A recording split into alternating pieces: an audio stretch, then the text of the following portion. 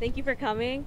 My name is Lauren Carbajal, Laurencarbajal. I am an attorney at Lovey & Lovey, a national civil rights firm, and today I'm here with Mr. Willie Williams, who we represent.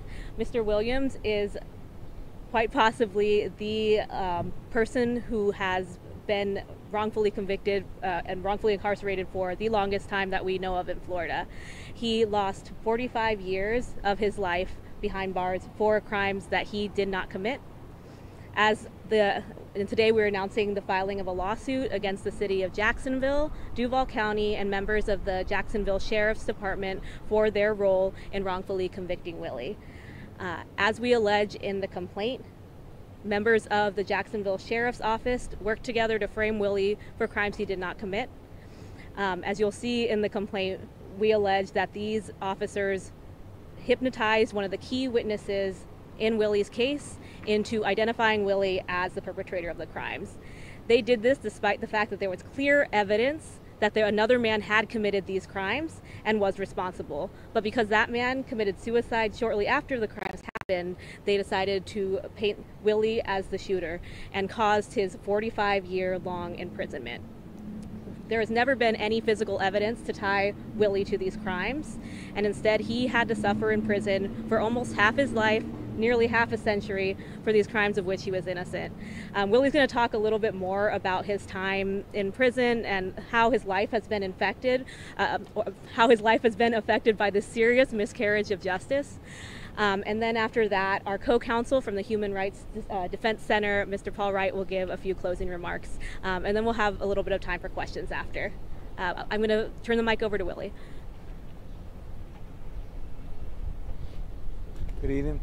My name is Willie Williams, and I'm very elated to be here, and I appreciate you all coming for this interview. It's a lot that I could say, but mostly what I want to say is that to talk about the time that I spent in prison, 45 years I've spent in prison. While in prison, I was in maximum security.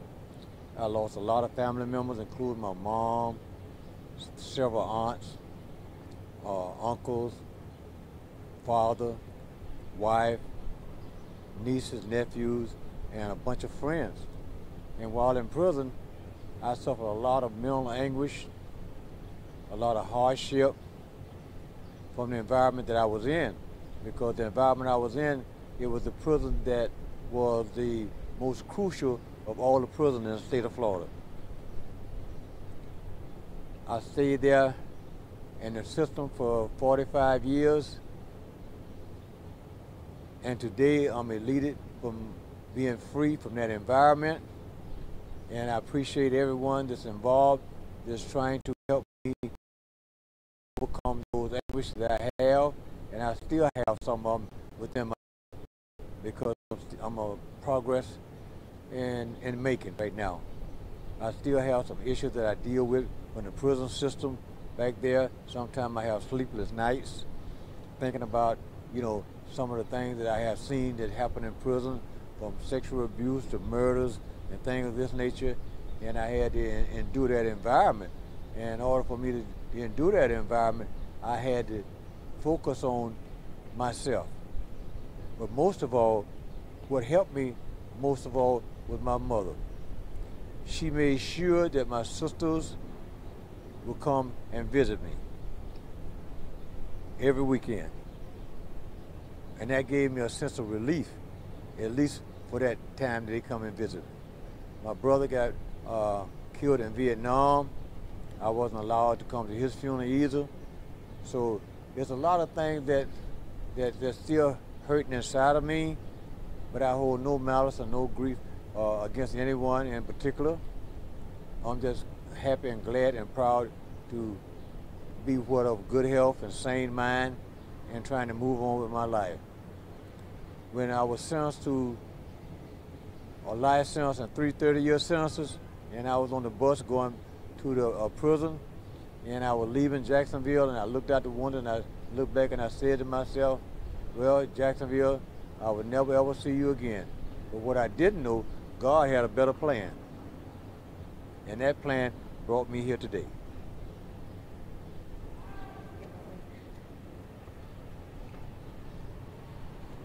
I'm Paul Wright from the Human Rights Defense Center. I'm the executive director.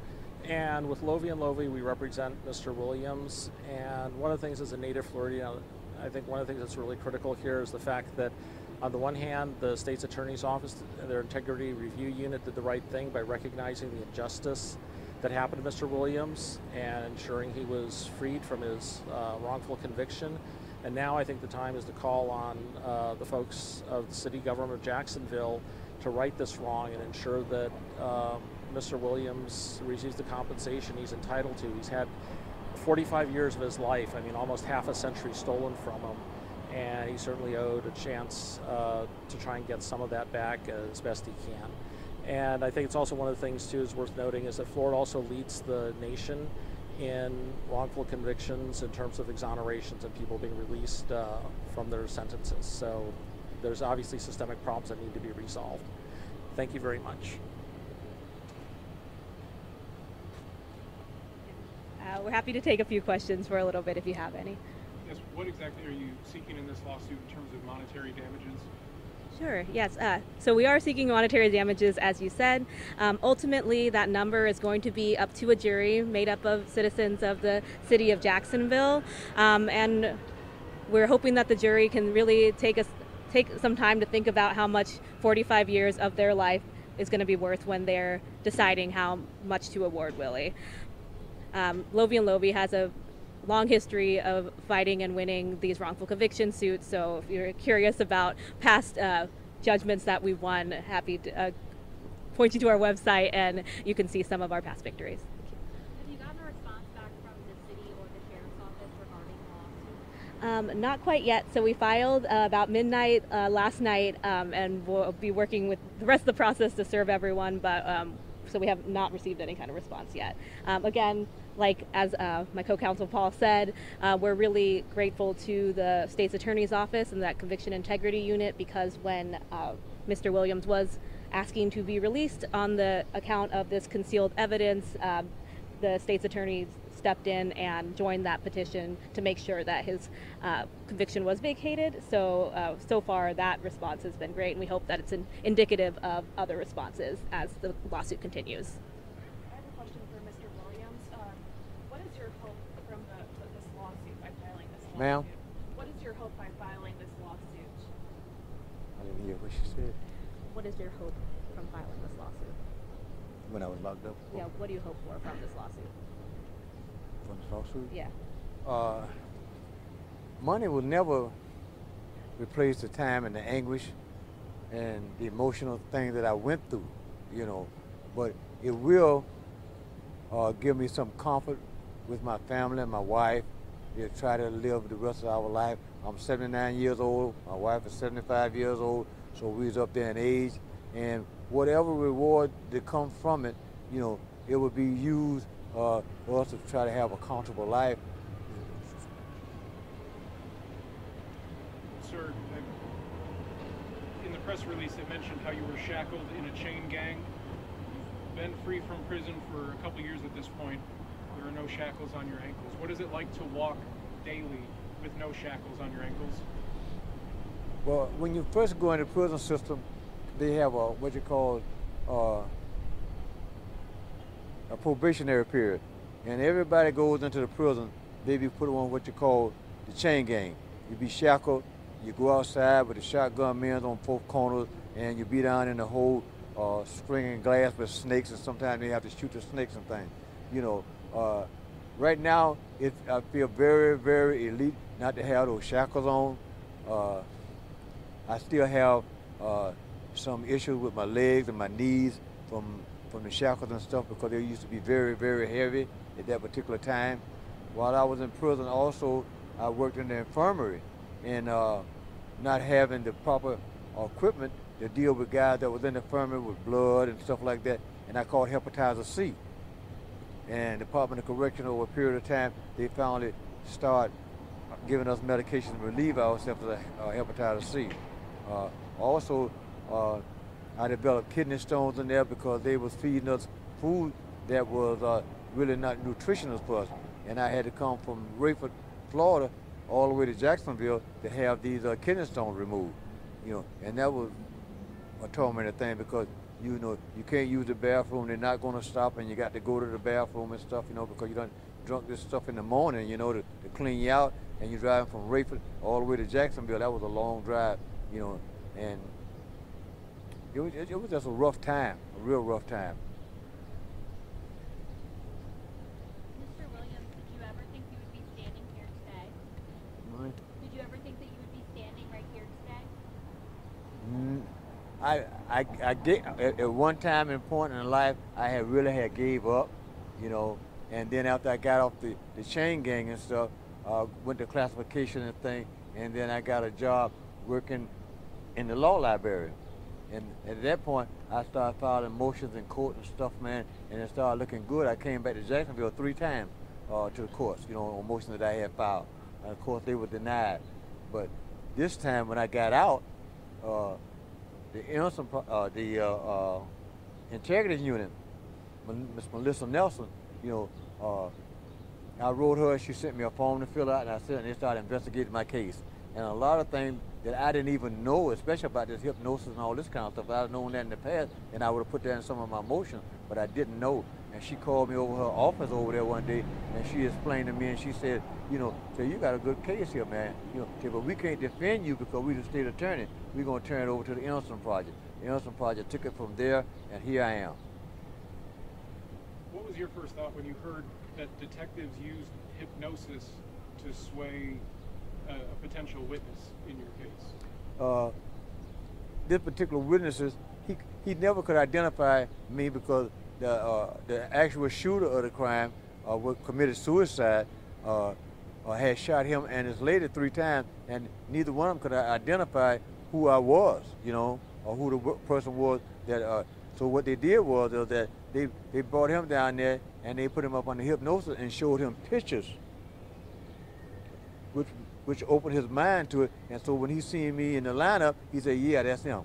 And then when he's in the courtroom, then he said, yeah, that's him, based upon the hypnosis that he was under to identify me, you know, which also was in violation of the Brady law, where that they didn't disclose this information to my lawyer at that time. If they disclosed this information to my lawyer at this time, then he'd have had a better reason to argue the case.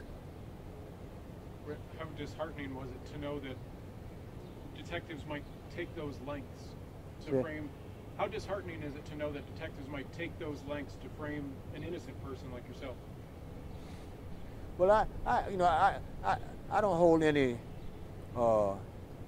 ill feelings towards them, because I feel that they were just doing their job, you know, although they were going outside the scope to do their job, but they felt what they were doing was right, I guess, you know, and they wanted to get a conviction for whatever reason there may be, you know, and I respect that. But it was still a clear civil rights violation, we want to say as well. Suppressing and destroying evidence has long been established by the Constitution and other case law across the United States that is in violation of people's civil rights. And Willie is very deserving of a reward to try and compensate for those rights that were violated by him. When do you expect this to go to court? So we just filed. Civil cases are notoriously kind of slow, but we plan on being very aggressive about litigating the rest of the case. We want to make sure that we can get some justice for Willie as soon as possible, as swiftly as he was convicted. The investigation really only took place over the course of about a month in their efforts to frame Willie and make sure that he was convicted, and we want to make it as quick as possible to get him reparations for all those years that he lost. Any more questions?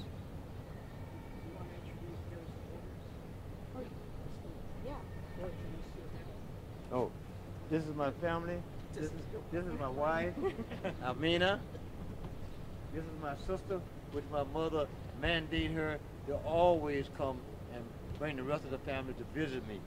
And after she passed, she was charged with that, and she never failed. She always there on the spot every weekend to see me. And I appreciate it, and I love her to death. This is my future brother-in-law here, and I love him to death. You know, we go back, you know, some years and things, and I appreciate him coming down to support me. this is my favorite cousin. You know, she also didn't miss a weekend to come visit me all the time. Whatever I needed a package for some shoes or some clothes or whatever, she made sure, along with the family, that I received those packages in prison to make myself a little bit more comfortable while I was in prison. And I love her to death, and ain't nothing in the world I wouldn't do for her. This is my favorite nephew, her son, you know, and I love him to death. What does it mean to have the support of your family and to have had that support throughout the time that you were incarcerated? It means a lot, because a lot of guys in prison didn't have family support. You know, either their family passed away or they did things contrary to what their family wanted them to do, and so they were just there by themselves, you know. But it means a whole lot for me to have my family behind me. It meant I can't express how much it meant for me to have my family there. You know, I could look when the people get on the loudspeaker and say, Willie Williams, you got a visit, you know. I'm going to the visiting park, you know, because I know my family gonna be there. A lot of guys didn't have that opportunity because they didn't have family to stand by them.